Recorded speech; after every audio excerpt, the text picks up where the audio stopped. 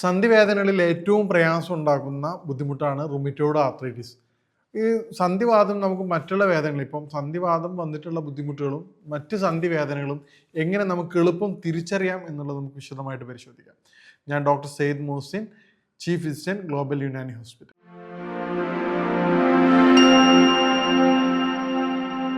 നമുക്ക് അറിയാവുന്നത് പോലെ തന്നെ സന്ധിവാദവും മറ്റ് ജോയിൻറ്റ് പെയിനും ഏറ്റവും എളുപ്പത്തിൽ തിരിച്ചാണ് അതിൻ്റെ പെയിനിൻ്റെ നാച്ചുറൽ അനുസരിച്ച്, അതായത് നമുക്ക് വേദനകൾ വരുന്നതിൻ്റെ രൂപത്തിനനുസരിച്ചാണ് ഏറ്റവും എളുപ്പം നമുക്ക് തിരിച്ചറിയാൻ പറ്റുന്നത്. കാരണം മറ്റ് ജോയിൻറ്റ് പെയിൻസിനൊക്കെ ഒരു ഹിസ്റ്ററി ഉണ്ടാവും. ഉദാഹരണത്തിന് അത് എന്തെങ്കിലും കാരണങ്ങളുണ്ടാവും, സ്പെസിഫിക് കാരണങ്ങൾ. ഉദാഹരണത്തിന് വെയിറ്റ് എടുക്കുന്ന സമയത്ത്, അല്ലെങ്കിൽ കാല് സ്കിപ്പായ സമയത്ത്, അല്ലെങ്കിൽ എന്തെങ്കിലും ഒരു ഇൻസിഡൻറ്റ് തട്ടിപ്പോയിട്ടുണ്ടാവും, എന്തെങ്കിലും ഒരു ഇഷ്യൂസ് ഉണ്ടാവും. നോർമലി നമുക്ക് അറിയാത്ത കേസാണെങ്കിൽ പോലും ക്രോണിക് ആയിട്ടുള്ളതാണെങ്കിൽ നമുക്ക് ഓരോ ദിവസവും വന്നു പോയിട്ടെങ്കിൽ അതിൻ്റെ കാരണം വ്യക്തമായിരിക്കും. അന്ന് ഞാൻ വീണതിന് ശേഷമാണ്, പണ്ട് സമയത്ത് വീണതുകൊണ്ടാണ് എനിക്കിങ്ങനെ വരുന്നത്, അല്ല അന്ന് വെയിറ്റ് എടുക്കുമ്പോൾ ഡിസ്ക് തെറ്റിയിരുന്നു, അതുകൊണ്ട് എനിക്കിപ്പോൾ വെയിറ്റ് എടുക്കുമ്പോൾ ഈ പ്രയാസം എന്നുള്ള സ്പെസിഫിക് ആയിട്ടൊരു കാരണം ഉണ്ടാവും.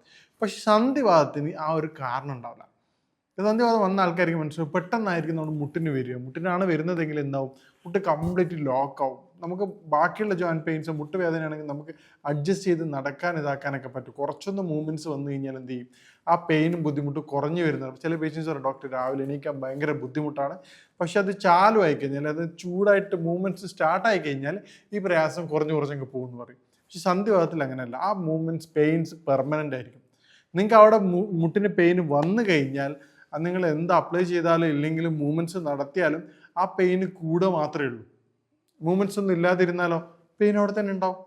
മറ്റുള്ളതിൽ എന്താണ്, മൂവ്മെൻറ്റ്സ് വരുമ്പോൾ നമുക്ക് പെയിൻ കുറഞ്ഞു വരും, റെസ്റ്റ് എടുക്കുമ്പോൾ മാത്രമേ പെയിൻ ഉണ്ടാവാറുള്ളൂ. അത് രാവിലെ എനിക്ക് സ്റ്റാർട്ടിങ് സ്റ്റേജിലാണ് പെയിൻ ഉണ്ടാവുക. പക്ഷേ സന്ധിവാദത്തിൻ്റെ പെയിൻ എങ്ങനെയാണ്, ആ പെയിൻ പെർമനൻ്റ് ആയിരിക്കും. രണ്ടാമത്തെ പ്രധാനപ്പെട്ട കാര്യം എന്താണ്, ആ ഒരു എഫക്റ്റഡ് ഏരിയയിൽ നമ്മൾ തൊട്ട് നോക്കുകയാണെങ്കിൽ, ടച്ച് ചെയ്ത് നോക്കുകയാണെങ്കിൽ നമുക്കത് ശരിക്കും ചൂട് അനുഭവപ്പെടും. റുമറ്റോയ്ഡ് ആർത്രൈറ്റിസ് എന്നാണ് നമ്മൾ പറയാറ്. അതായത് ഇൻഫ്ലമേഷൻ അവിടെ സ്പെസിഫിക് ആയിട്ടുണ്ട്. അപ്പോൾ മറ്റുള്ള ജോയിൻറ്റ് പെയിനിലോ നമുക്ക് അവിടെ ചൂടുണ്ടാവില്ല.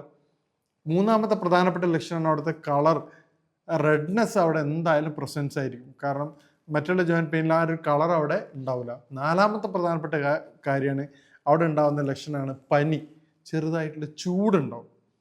ഇപ്പോൾ ഈ പറഞ്ഞ സന്ധിവാദമുള്ള പേഷ്യൻസിന് മനസ്സിലാവും, അവർ വരുന്നതിൻ്റെ ഒരു ദിവസം മുമ്പ് തന്നെ വരും, ഡോക്ടറെ ഇപ്പോൾ തുടങ്ങാൻ സാധ്യത ഉണ്ടാവും, വന്നു കഴിഞ്ഞാൽ ആകെ ബുദ്ധിമുട്ടാവെന്ന് പറയും.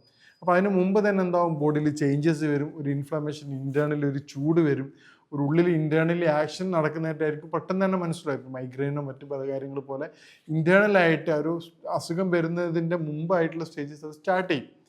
ഈ പറഞ്ഞ 4 ലക്ഷണങ്ങളാണ് സന്ധിവാദത്തിൻ്റെ ഏറ്റവും പ്രധാനപ്പെട്ട ലക്ഷണങ്ങൾ. അപ്പോൾ നമുക്കുണ്ടാവുന്ന ജോയിൻറ്റ് പെയിൻസ്, അല്ലെങ്കിൽ നമ്മുടെ കുടുംബത്തിലുണ്ടാവുന്ന വ്യക്തികൾക്ക് ഉണ്ടാവുന്ന ജോയിൻറ്റ് പെയിൻസ് നമ്മൾ ഈ ഒരു ടൈപ്പാണോ തിരിച്ചറിയേണ്ടതുണ്ട്. നമുക്കത് കൃത്യമായിട്ട് തിരിച്ചറിഞ്ഞിട്ടില്ലെങ്കിൽ എന്താ സംഭവിക്കുക എന്ന് പറഞ്ഞാൽ, ടെമ്പററി ആയിട്ട് പെയിൻ കില്ലറൊക്കെ കഴിക്കുമ്പോൾ ചിലപ്പോൾ റിലീഫ് ഉണ്ടാവാം. അത് സന്ധിവാദത്തിൻ്റെ പ്രത്യേകത, അത് ട്രീറ്റ് ചെയ്യാത്ത കേസാണെങ്കിൽ അത് നമ്മുടെ ജോയിൻസിൻ്റെ സ്ട്രക്ചർ ചേഞ്ച് ചെയ്യാൻ സാധ്യതയുള്ളതാണ്.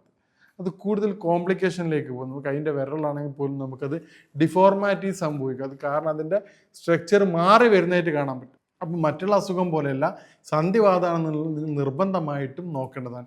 ഇനി സന്ധിവാദം എങ്ങനെ നമുക്ക് കൺഫേം ചെയ്യാൻ പറ്റും? നോർമലി ആയിട്ട് സന്ധിവാദം നമുക്ക് ESRും RA ഫാക്ടറും ടെസ്റ്റ് ചെയ്താൽ തന്നെ, സിപിആറും ടെസ്റ്റ് ചെയ്താൽ തന്നെ കൃത്യമായിട്ടും ഈ ബ്ലഡ് ഇൻവെസ്റ്റിഗേഷനോട് നമുക്കത് മനസ്സിലാവും. യുനാനി വൈദ്യശാസ്ത്രം അനുസരിച്ച് നമ്മുടെ ഈ മാജുൻ ചോപ്ചീനി എന്നുള്ള മെഡിസിൻ വെല്ലൂർ ഇൻസ്റ്റിറ്റ്യൂട്ട് ഓഫ് ടെക്നോളജിയിൽ പിന്നെ ഇമ്മ്യൂണോ ലാബിൽ ചെയ്ത റിസർച്ചിൻ്റെ ഫലമായിട്ട് ഈ റുമറ്റോയ്ഡ് ആർത്രൈറ്റിസ് അതുപോലെ തന്നെ ഓട്ടോ ഇമ്മ്യൂൺ ഡിസീസിന് വളരെ എഫക്റ്റീവാണെന്ന് റിസർച്ച് കണ്ടെത്തിയിട്ടുണ്ട്.